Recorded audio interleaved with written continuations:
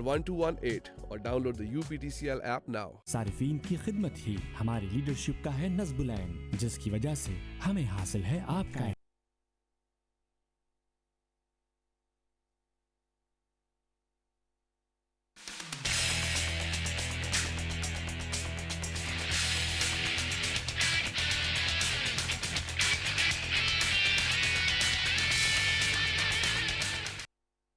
बिस्मिल्लाहिर्रहमानिर्रहीम, अस्सलाम वालेकुम। प्रोग्राम हेल्थ 21 के साथ मैं हूं आपका मेज़बान सैयद ताहा। नाज़रीन, ये प्रोग्राम डॉक्टर ईसा लैब के ताउन से पेश किया जा रहा है और आज के प्रोग्राम में हम बात करेंगे एंटीबायोटिक के हवाले से। एंटीबायोटिक किसे कहते हैं और इसका जो बेदरेग इस्तेमाल है वो किस तरह नुकसानदेह हो सकता है, इस तमाम पर हम बात करेंगे। Doctor Naveed Ali general physician हैं, NC हेल्थ नेटवर्क से ये वाबस्ता हैं, हमारे साथ स्टूडियोज़ में मौजूद हैं। बहुत शुक्रिया डॉक्टर साहब वक्त देने के लिए।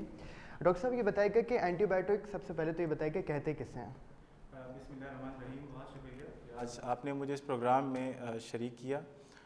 देखें, अगर मैं आसान अल्फाज में कहूँ तो एंटीबायोटिक्स वो अदवायात हैं जो बैक्टीरिया से होने वाली बीमारियों के इलाज के लिए इस्तेमाल की जाती हैं। ये तो या एंटीबायोटिक्स जो है ये तो या जरासीम को ख़त्म कर देती हैं या उनकी अफजाइश रोकती हैं। अच्छा, आवाम के लिए ये समझना मतलब बहुत ज़रूरी है कि मैंने एक लफ्ज़ इस्तेमाल किया कि ख़ास तौर पर बैक्टीरिया से होने वाली बीमारियों में तो हमारे पास बहुत सारे पैथोजेंस की किस्में होती हैं, जैसे कुछ वायरसेस होते हैं, कुछ फंगस होते हैं, कुछ पैरासाइट्स होते हैं। तो अलबत्ता अगर उससे कोई बीमारी हो रही हो तो ये वहाँ पर किसी भी तौर पर मौसर नहीं है। ये सिर्फ़ और सिर्फ बैक्टीरिया से होने वाली जरासीम के ख़िलाफ़ मौसर होती हैं। डॉक्टर साहब, ये बताइएगा कि मेडिकल साइंस में जो एंटीबायोटिक्स हैं इनकी क्या अहमियत है और ये भी बताइएगा कि किन किन बीमारियों के इलाज में इस्तेमाल की जाती हैं? अच्छा, ये एक बहुत अच्छा सवाल है। वैसे एंटीबायोटिक्स जो है वो हमारी मेडिकल साइंस में एक बहुत बड़ी नेमत है और इसका दरियाफ़्त होना उस वक्त के लिहाज से एक बहुत बड़ा मेरिकल था। इसकी अहमियत हमें बखूबी यहाँ से हम अंदाज़ा लगा सकते हैं कि जब एंटीबायोटिक्स प्रॉपर तरीके से इसकी कोई मैस प्रोडक्शन नहीं थी तो उससे पहले लोग अगर ज़ख्मी वगैरह हो गए तो कोई जड़ी बूटियों का इस्तेमाल करते थे बीमारी की सूरत में, और भी मुख्तलिफ़ उनके तौर तरीके थे जिससे उनको आर्जी तौर पर फ़ायदा हो जाता था। लेकिन फिर 1928 में एक साइंसदान आए स्कॉटिश, सर एलेक्जेंडर फ्लेमिंग, उन्होंने बाकायदा तौर पर पहली एंटीबायोटिक पेनिसिलिन को दरियाफ़्त किया, लेकिन उस दौर में भी ये इस्तेमाल के लायक नहीं थी। आगे चलकर जब वर्ल्ड वॉर 2 शुरू हुआ तो उस वक्त 2 साइंसदान मज़ीद आए, फ्लोरे एंड चेन, और उन्होंने क्या किया कि इसको मज़ीद प्यूरीफाई किया और US के अंदर इसकी बड़ी एक मैस प्रोडक्शन शुरू हो गई, जिसकी बदौलत उस वक्त के जो ज़ख्मी फ़ौजी थे उनका इलाज मुमकिन हो पाया और आम अवामुन्नास जो उस वक्त की थी, यानी जो एक बहुत छोटे से अमराज से उनके लिए ज़िंदगी आगे मज़ीद ये है कि ज़िंदगी में आगे चलना मुश्किल हो रहा था, उनका इलाज मुमकिन हो पाया। तो उस वक्त इसको एक ये है कि एक मौजज़ा कहा गया साइंस का, और पूरी दुनिया का इसमें एक इंटरेस्ट जो है वो पैदा हुआ। और फिर 1940 से 1960 का ये वो दौर है जब इंसान ने एंटीबायोटिक्स के ऊपर फिर बड़ा काम किया, और ये दवाइयाँ ताकि मुख्तलिफ़ बीमारियों से बचा जा सके और उनका इलाज मुमकिन हो सके, और इस एज को जो है वो गोल्डन एज कहा गया, जिसमें बहुत सी जो अदवायात हैं एंटीबायोटिक की वो दरियाफ़्त हुई और मज़ीद यह है कि कुछ लेबॉर्ट्रीज़ के अंदर भी बनाई गई। और एंटीबायोटिक्स को हम जो है ना वो बुनियादी तौर पर मैं ये समझाना बहुत ज़रूरी है कि बैक्टीरियल इन्फेक्शन के अंदर इस्तेमाल करते हैं। और अगर आप बहुत कॉमन कुछ बीमारियां हैं जो आम ये है कि आम आवाम की समझने के लिए, कि जिस तरह कुछ दिमाग की झिल्लियों में अगर सूजश हो जाए जिसको हम मेनिंजाइटिस कहते हैं, अगर वो बैक्टीरिया की वजह से हो तो उसमें एंटीबायोटिक का रोल है। इसके अलावा नाक कान हलक के जो इन्फेक्शन होते हैं जहाँ बैक्टीरिया की वजह से बहुत सी बीमारियाँ होती हैं उनका इलाज मुमकिन हो पाता है। एंटीबायोटिक की बदौलत ही नमूनिया, TB, टाइफॉइड वगैरह, इसके अलावा सेप्सिस वगैरह, इनका इलाज मुमकिन हो पाता है। तो एंटीबायोटिक एक करिश्माती जो है वो दवा है और इसका एक बहुत बड़ा अहम किरदार है। अच्छा डॉक्टर साहब, हमने ये देखा है, ये इस बात में कोई शक नहीं है कि जो एंटीबायोटिक होती है वो हम जो बीमार होते हैं तो हमें फ़ायदा देती है, फ़ायदेमंद है, लेकिन हमने ये देखा कि इसका जो बेजा इस्तेमाल है, आपको नहीं लगता कि ऐसा है कि ये एक संगीन ख़तरा बनता जा रहा है?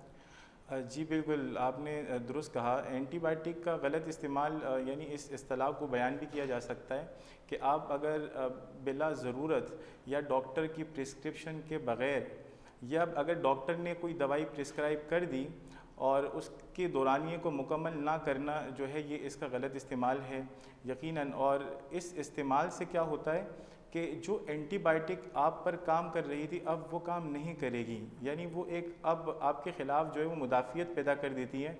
तो इसका यकीनन ये एक बड़ा संगीन मसला है और इसकी वजह से एंटी माइक्रोबियल रेजिस्टेंस शुरू हो जाती हैं। और ये केसेस बड़े शुरू से ही ये है कि रिपोर्ट होना शुरू हो गए थे, लेकिन इस वक्त ये एक आलमी मसला बनता जा रहा है। अच्छा डॉक्टर साहब, अगर हम पाकिस्तान की बात करें तो इस बात में कोई शक नहीं है, दो राय नहीं है कि पाकिस्तान में जो एंटीबायोटिक है इसका इस्तेमाल बढ़ता जा रहा है। आप क्या समझते हैं, इसकी क्या वजूहात है? अच्छा, इसमें अगर आप देखें तो काफ़ी रिपोर्ट्स हैं कि 2000 के बाद 2000 से लेकर 2015 तक यहाँ एंटीबायोटिक्स की कंजम्पशन में जो है वो तकरीबन 65% इजाफा हुआ। इसके अलावा पाकिस्तान चूँकि लो एंड मिडिल इनकम कंट्रीज़ में आता है, तो यहाँ पर एंटीबायोटिक की जो कंजप्शन है वो बहुत ज़्यादा है। और इसकी जो है ना वो मतलब बहुत दिलचस्प वजूहात हैं पाकिस्तान के अंदर। इसका एक बड़ा मिसयूज़ इसलिए हो रहा है कि यहाँ पर ये बड़ी इजीली अवेलेबल हैं। यहाँ लाइव स्टॉक के अंदर ये बेदरीग इस्तेमाल की जा रही हैं। इसके अलावा जो हमारे फार्म्स वग़ैरह हैं उसके अंदर भी इसका इस्तेमाल हो रहा है। इसके अलावा एग्रीकल्चर हो गया। और सबसे अहम बात यह है कि ये यहाँ पर इजीली अवेलेबल है, मतलब हर जगह पर विदाउट प्रिस्क्रिप्शन जो है ना ये दी जा रही है। कुछ रिपोर्ट्स ये भी बताती हैं कि मोर देन 95% जो है वो फार्मासिस्ट जो वहाँ बैठे हुए हैं प्रॉपर ट्रेन नहीं होते और वो जो है ना वो दवाइयाँ दे रहे हैं विदाउट प्रिस्क्रिप्शन।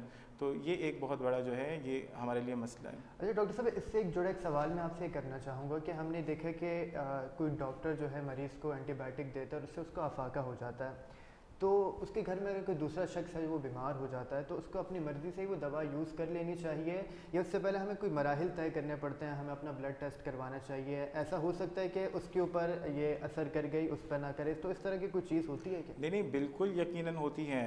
बिल्कुल इसी तरीके से है कि एंटीबायोटिक को बिला ज़रूरत आप इस्तेमाल नहीं कर सकते। मैं यहाँ एक बात बड़ी वाज़ेह कर दूँ कि हर इन्फेक्शन या हर बुखार की वजह वो बैक्टीरिया नहीं होता और हर बैक्टीरियल इन्फेक्शन में एंटीबायोटिक लेना भी ज़रूरी नहीं है, क्योंकि आपका अपना एक इम्यून सिस्टम है, आप उसको फ़ाइट करने दें और आप बहुत से जो इन्फेक्शन है वो ख़ुद ही सबसाइड हो जाते हैं। लेकिन यहाँ पर जो यूज़ की हुई एंटीबायोटिक्स हैं इसका रुझान तो बहुत ज़्यादा है कि यानी अगर क्योंकि एंटीबायोटिक की एक प्रॉपर डोज़ होती है और अकॉर्डिंग टू दी वेट। इसके अलावा कुछ ऐसी भी हैं जो कि एज मतलब आप अर्ली एज के अंदर उसको जो है ना अवॉइड करते हैं, लेकिन यहाँ ऐसा बिल्कुल नहीं है। अगर आप एक बच्चे को कोई दवा दे देते हैं हस्बे ज़रूरत, तो अगर उस घर में कोई भी बीमार हो जाए, चाहे फिर उनकी एज या वेट का फ़र्क हो ना हो, तो वो फिर दवाई वही उनको ये है कि उनको भी शुरू कर दी जाती हैं। तो यकीनन इससे एंटीबायोटिक रेजिस्टेंस बढ़ रही है और ये एक बड़ा मतलब ये है कि हमारे लिए इस पर फ़िक्र करने की ज़रूरत है। अच्छा डॉक्टर साहब, एक और चीज़ है, मैं आपसे ये जानना चाहूँगा। हमने देखा कि एक मरीज़ है, उसको डॉक्टर ने दवा दी, एंटीबायोटिक दी है और उसने वो इस्तेमाल किया, उससे उसको अफाका आ गया। दोबारा से वक्फे के बाद, मिसाल के तौर पर 1 माह बाद, 2 माह बाद, 3 माह बाद उसको वही बीमारी लाहक हो जाती है, तो वो दोबारा से वो दवा ले सकते, क्योंकि उससे तो उसको पहले अफाका हो चुका है, लेकिन या उसको दोबारा से डॉक्टर के पास जाना चाहिए? तो इसके बारे में आप क्या कहेंगे? देखें, पूरी दुनिया के अंदर इसके ऊपर बाकायदा कैंपेन्स होती हैं और अगर कोई भी इन्फेक्शन, अगर वही इलामात आपको दोबारा आ रही हैं और रिकरेंट है, तो वो लाजमी सी बात है कि वो प्रॉपर तरीके से उसका वर्कअप होना चाहिए, वो इन्वेस्टिगेट होनी चाहिए कि आप जब एक दवाई मतलब एक दफ़ा आप एक इन्फेक्शन से निकल आए तो वो इन्फेक्शन आपको दोबारा क्यों हो रहा है। तो उसके तो बहुत सारे मतलब फैक्टर्स हैं, उन सारे फैक्टर्स को लाजमी सी बात है कि वो एक एक्सपर्ट ही रूल आउट कर सकता है। तो इसीलिए ये बहुत ज़रूरी है कि आप अपने एक्सपर्ट से जो है वो रुजू करें और डॉक्टर के पास जाएँ और डॉक्टर से ज़रूर मशवरा लें। डॉक्टर साहब, ये बताइए कि एंटीबायोटिक रेजिस्टेंस क्या होती हैं और ये मसला मुस्तकबिल में हमारे लिए क्यों इंतहाई ख़तरनाक साबित हो सकता है? अच्छा, एंटीबायोटिक रेजिस्टेंस को हम यूँ बयान कर सकते हैं कि जब आप प्रॉपर डोज नहीं लेते हैं या आप उन इन्फेक्शंस में जिसमें बैक्टीरिया जो है वो इन्फेक्शन नहीं करवा रहा और आप वो एंटीबायोटिक बिला ज़रूरत लेना शुरू कर दें, या अपनी जो आपकी एंटीबायोटिक अगर प्रिस्क्राइब है तो उसको आप मरहले तक जो है ना मुकम्मल ना करें, तो उससे फिर यही होता है कि एंटीबायोटिक रेजिस्टेंस पैदा हो जाती है। और रेजिस्टेंस क्या है कि वो जो जरासीम है वो एक लिविंग ऑर्गेनिज्म है, वो ख़ुद को मॉडिफाई कर सकता है। जिस मैकेनिज़्म से जाकर एंटीबायोटिक की दवा ने काम करना है तो वो उसके ख़िलाफ़ अपनी एक मुज़ाहिमत पैदा करता है, अपने आप के अंदर एक मुदाफ़ियत पैदा कर देता है और वो उस एंटीबायोटिक से लड़ने के काबिल हो जाता है, और जिसकी वजह से वो एंटीबायोटिक जो है उस पर मज़ीद असर नहीं करती। और इस वक्त ये एक आलमी मसला बनता जा रहा है और 21वीं सदी के मतलब ये इसको WHO ने बाकायदा जो है इसके लिए एक कैंपेन रखी है, और वो world anti microbial awareness week नवंबर के महीने में मनाया जाता है पूरी दुनिया में। इसको बड़ी तवज्जो दी है। इसकी वजह यह है कि जो हमारे एक्सपर्ट्स हैं जो इस फील्ड से ख़ास तौर पर सिर्फ रिलेटेड हैं, उनकी जो प्रेडिक्शंस हैं वो फ्यूचर के लिए अच्छी नहीं हैं। अब बहुत से एक्सपर्ट या स्टडीज़ ये सजेस्ट करती हैं कि 2050 में आज जो बीमारियां हम इनको ट्रीट करने के लायक हैं, ये शायद फिर मज़ीद इसका इलाज मुमकिन नहीं हो सकेगा एंटीबायोटिक रेजिस्टेंस की वजह से। और कुछ स्टडीज़ ये भी सजेस्ट करती हैं जैसे कि मैंने अर्ज़ किया कि 2050 तक जब ये एंटीबायोटिक रेजिस्टेंस बढ़ेगी तो इसका जो ग्लोबल जो बर्डन ऑफ डेथ्स है उस पर भी बड़ा असर पड़ेगा। तकरीबन 10 मिलियन लोग जो हैं इससे बिला वास्ता या बिल वास्ता मुतासिर होंगे, और वर्ल्ड इकनॉमी के ऊपर तकरीबन $100 ट्रिलियन का जो है ना वो फ़र्क पड़ेगा। तो ये एक बड़ा संगीन और आलमी मसला बनता जा रहा है। तो डॉक्टर साहब ये देखा गया है कि हमने देखा कि जो मौसमी बुखार होते हैं उनमें अगर आप डॉक्टर के पास जाते हैं तो वो उसमें भी आपको हमने देखा कि एंटीबायोटिक तजवीज़ करते हैं। अच्छा, सबसे पहले तो ये बताइएगा कि आपको लगता है आपके नज़दीक या क्या हर बुखार में एंटीबायोटिक ज़रूरी है क्या?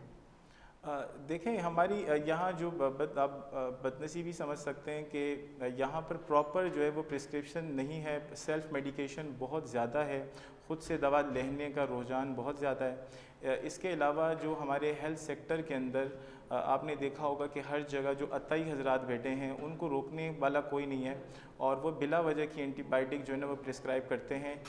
एक क्लिनिशियन के पास या मोस्टली जो OPD में पेशेंट्स आते हैं ज़्यादातर उस बीमारी की वजह वायरस ही होती हैं, और वायरस की अपनी एक साइकिल है, उसमें आप एक सपोर्टिव ट्रीटमेंट देते हैं और वो ठीक हो जाता है। इसके अलावा जिस तरह आजकल एक फ़्लू की वबा है या डेंगू है, मलेरिया है, और जिस तरह पिछले कुछ दिनों में मीज़ल्स के लिए कैंपेन हुई, तो ये जितनी भी बीमारियां हैं इसमें एंटीबायोटिक लेने की ज़रूरत नहीं होती।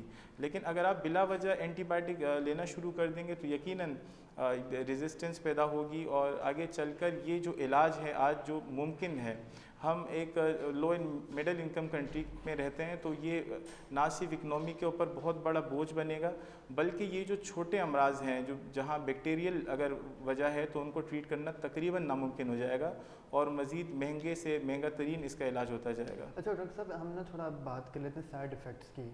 तो एंटीबायोटिक्स के साइड इफ़ेक्ट्स क्या होते हैं? आपको क्या लगता है कि इससे हाजमे का प्रॉब्लम हो सकता है या स्किन का कोई प्रॉब्लम हो सकता है? इस बारे में थोड़ा बताइए। अच्छा देखें, आप जब कोई भी दवा लेते हैं तो रिस्क वर्सेस बेनिफिट्स के अंदर जो ना आप लाजमी सी बात है कि उसको मेजर करेंगे।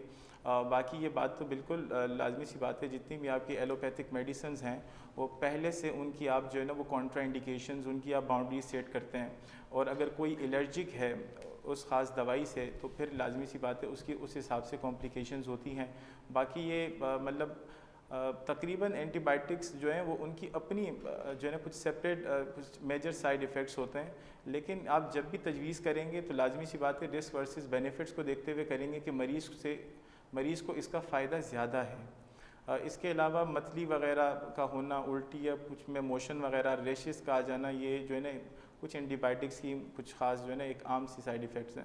अच्छा डॉक्टर साहब, एक और चीज़ है, हमने देखा है कि जो घरेलू ज़िंदगी है उसमें हमने देखा है कि एंटीबायोटिक हाई डोज होती हैं, उसमें MGs मुख्तलिफ होती हैं।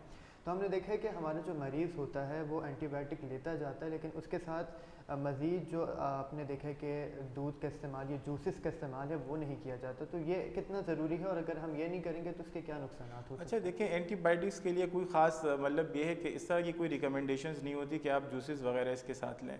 अब बाकी ये एक बहुत कॉमन सा एक जुमला है जो यहाँ इस्तेमाल होता है, जो लो की एक इस्तिलाह है वो है कि पावर। देखें उनकी स्ट्रेंथ जो है ना वो डोजेज़ वो एंटीबायोटिक टू एंटीबायोटिक वेरी करती हैं, और कोई हैवी एंटीबायोटिक नहीं होती, कोई बस कुछ पोटेंशियल एंटीबायोटिक्स हैं, उनकी सेंसिटिविटी ज़्यादा होती है और उनकी वो रिक्वायर्ड डोज ही होती हैं।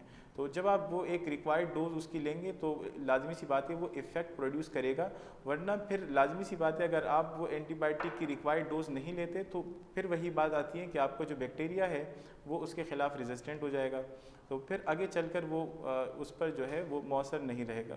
अच्छा डॉक्टर साहब, हमने ये देखा है कि हमारे माशरे में, सोसाइटी में कोई भी बीमारी होती है, कोई भी चीज़ फैलती है तो उसमें डॉक्टर्स का बड़ा किरदार होता है। इसमें आप क्या देखते हैं कि डॉक्टर्स क्या किरदार अदा कर रहे हैं और क्या किरदार अदा करना चाहिए उन्हें?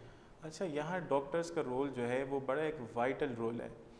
यहाँ हमने ये देखा है कि जब ओपीडी के अंदर आपके पास पेशेंट आते हैं तो एक नहीं बहुत से ऐसे फिजिशियन हैं जिनकी ट्रीटमेंट बहुत ज़्यादा एग्रेसिव होती हैं, यानी वहाँ पर विदाउट प्रॉपर आप जो है ना वो इन्वेस्टिगेशन के कुछ इस तरह की पोटेंशियल यानी कुछ सेफ जोन से हटकर आप एंटीबायोटिक प्रिस्क्राइब करते हैं, तो इस तरह हरगिज़ नहीं होना चाहिए। बाकी हमें काउंसल करना चाहिए, क्योंकि बहुत से पेशेंट इस तरह आते हैं कि जो हमारी कम्युनिटी में या मुआशरे में ये चीज़ बड़ी कॉमन है कि वो आकर एक लफ्ज़ इस्तेमाल करते हैं कि डॉक्टर साहब आपने पाउडर वाली दवा नहीं दी। तो फिर वो ऑन डिमांड जो डॉक्टर प्रिस्क्राइब कर रहे हैं उससे बेहतर है कि आप पेशेंट को काउंसल करें और पेशेंट को बताएं और पेशेंट को एजुकेट करें। यहाँ ऑलरेडी जो है ना हमारा लिटरेसी रेट कुछ ख़ास नहीं है, 60 to 63% है, और फिर जो आपके पास चल कर आ रहे हैं उनको समझाना फिर मुश्किल ही होता है, क्योंकि वो जल्दी अफाका चाहते हैं, वो चाहते हैं कि फ़ौरन उनका पेशेंट जो है वो डिज़ीज़ प्रोसेस से मतलब उससे वो बाईपास करना चाहते हैं, तो वहाँ पर पेशेंट को काउंसल करना बहुत ज़रूरी है। अच्छा डॉक्टर साहब, हमने ये भी देखा कि जो पेशेंट होता है वो अपनी मर्ज़ी की दवा, जैसे आपने अभी कहा, तो इसी से रिलेटेड एक सवाल मेरे जहन में आ रहा है, क्या ऐसा होता है कि एक ही अगर एंटीबायोटिक की एक ही दवा अगर आप बार बार लेते हैं तो अपना असर आहिस्ता आहिस्ता खोती जाती है, तो ऐसा है क्या? नहीं, इस तरह मतलब नहीं है, बात होती है कि आपका ऑर्गेनिज़म कितना सेंसिटिव है, ठीक है ना। और इसके अलावा जो पेशेंट है वो आपकी बात बिल्कुल दुरुस्त है, लेकिन देखें अपर रिस्पायरेटरी जो है वो सबसे ज़्यादा कॉमनली मतलब हमारे पास प्रेजेंट करता है ओपीडीज़ के अंदर 60 to 65%, और मोस्टली वो जो केसेस होते हैं वो वायरल होते हैं, वहाँ एंटीबायोटिक की नीड ही नहीं होती। लेकिन बदकिस्मती आप समझिए कि पाकिस्तान के अंदर हमने हर दवा के साथ एक टैग लगा दिया है, और वो खुद से दवा इस तरह लेते हैं कि वो जाके फार्मेसीज़ पर कह देते हैं कि मुझे गले दर्द की वो मतलब पिंक वाली दवाई दे दें, या उनके रंग वो बता देते हैं, और वो जो है ना उनको एंटीबायोटिक दे रहे होते हैं और उनके इल्म में नहीं होता। तो यहाँ बहुत फ्लोरोक्विनोलॉन्स हो गई या सेफेलोस्पोरिन्स, ये एंटीबायोटिक की कुछ क्लासेस हैं, इसको पूरी दुनिया बड़ी प्रिकॉशन के साथ यूज़ करती है, लेकिन यहाँ इजीली अवेलेबल है, और उनके कुछ टैग्स हैं कि मतलब ये पेट की ख़राबी की दवा है या ये सीने की ख़राबी की दवा है, तो इस तरह हरगिज़ नहीं होना चाहिए। विदाउट डॉक्टर प्रिस्क्रिप्शन जो है एंटीबायोटिक लेना सेहत के लिए नुकसानदेह है। अच्छा डॉक्टर साहब, हमने डॉक्टर्स के किरदार की बात की कि उनको क्या किरदार अदा करना चाहिए, हम बात कर लेते हैं गवर्नमेंट की और आवाम की, कि आपको लगता है कि आवाम को इतना एजुकेट कर लेना चाहिए, गवर्नमेंट को क्या किरदार अदा करना चाहिए इस पूरे इसमें? अच्छा देखें, इसमें अगर देखा जाए तो गवर्नमेंट के पास रिसोर्सेज बहुत बड़े पैमाने पर होती हैं, गवर्नमेंट बहुत स्ट्रॉन्ग होती है, गवर्नमेंट के पास एक बहुत प्रॉपर फ्रेमवर्क होना चाहिए और इस मसले को समझ लेना चाहिए। इसकी वजह यह है कि लाइव स्टॉक के अंदर जिस तरह एंटीबायोटिक इस्तेमाल हो रही है, या इसके अलावा एग्रीकल्चर सेक्टर के अंदर जिस तरह इस्तेमाल हो रही है, या जो हमारे पास पोल्ट्रीज़ के अंदर जो हो रही हैं, तो वहाँ पर और जो मुख्तलिफ और डोमेस्टिक साइट्स हैं वहाँ पर तो हम देख ही नहीं रहे हैं। तो वहाँ गवर्नमेंट को चाहिए कि इस तरह की कैंपेन्स चलाएं जिस तरह WHO चला रहा है, और इसके अलावा अपने आप को, अपनी बॉडी को थोड़ा मजबूत रखें, चेक एंड बैलेंस हो। फार्मेसीज़ वालों को लगाम देना बहुत ज़रूरी है, और ये मतलब फार्मेसीज़ के अलावा जो आपका कंट्रोल है कि आप इन्वेस्ट करें इसके ऊपर, सबसे बड़ी बात है कि इन्वेस्ट करें, और आपको अप टू डेट होना चाहिए कि इस वक्त कौन सी रेजिस्टेंस जो है वो चल रही है और हम इस रेजिस्टेंस को किस तरह मिनिमाइज़ कर सकते हैं। और गवर्नमेंट का अल्टीमेटली बहुत बड़ा रोल है इसमें। ठीक है डॉक्टर साहब, आखिर में आपसे मैं जानना चाहूँगा कि या आप ये बताइएगा कि एंटीबायोटिक्स के हवाले से नाजरीन को क्या मशवरा देना चाहेंगे, कोई आखिर में आप कुछ कहना चाहेंगे? देखें, नाजरीन के लिए तो यही कहना चाहेंगे कि मैं मुख्तसर यूँ कहूँगा कि आम बुखार जो है वो एंटीबायोटिक की कमी की अलामत हरगिज़ नहीं है, और सबसे अहम बात कि ख़ुद को बीमार ही ना होने दें। कोशिश करें कि वो प्रिकॉशंस लें, अपने हैंड हाइजीन का अच्छे से ख्याल रखें, आप अपने जहाँ मोहल्ले में रहते हैं वहाँ की साफ़ सुथराई का ख्याल रखें। इसके अलावा एंटीबायोटिक्स जो हैं वो जो घर में पड़ी हुई है उसे दोबारा रीयूज़ ना करें। इसके अलावा अगर आपको कोई दवाई दी जाए तो वो आप मुकम्मल इस्तेमाल कीजिए और अपने डॉक्टर से ज़रूर रुजू कीजिए और ख़ुद से कोई दवाई लेने से मतलब ये है कि परहेज़ कीजिए और कोशिश करें कि एंटीबायोटिक जो है उसकी आपको यूज़ और डोजेज़ वगैरह ये सब कुछ प्रॉपर तरीके से समझ में आए और उसके बाद डॉक्टर के मशवरे से आप जो है ना उसको यूज़ करें। ठीक है, डॉक्टर नवीद अली हमारे साथ मौजूद थे। बहुत शुक्रिया डॉक्टर साहब आपका। और आज के प्रोग्राम में हम बात कर रहे थे एंटीबायोटिक के हवाले से कि कितनी मुफीद हैं, और साथ ही ये भी हम बात कर रहे थे कि इसके बेदरेग इस्तेमाल की वजह से क्या क्या नुकसानात हमें फ्यूचर में उठाने पड़ सकते हैं। आज के प्रोग्राम से दीजिए अपने मेज़बान सैयद ताहा को इजाज़त। अल्लाह हाफिज़।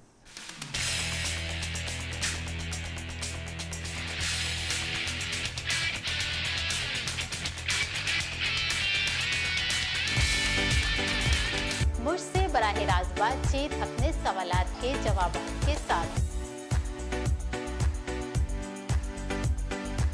तो देखना मत भूलें chef 21 with Sahrish Rizvi her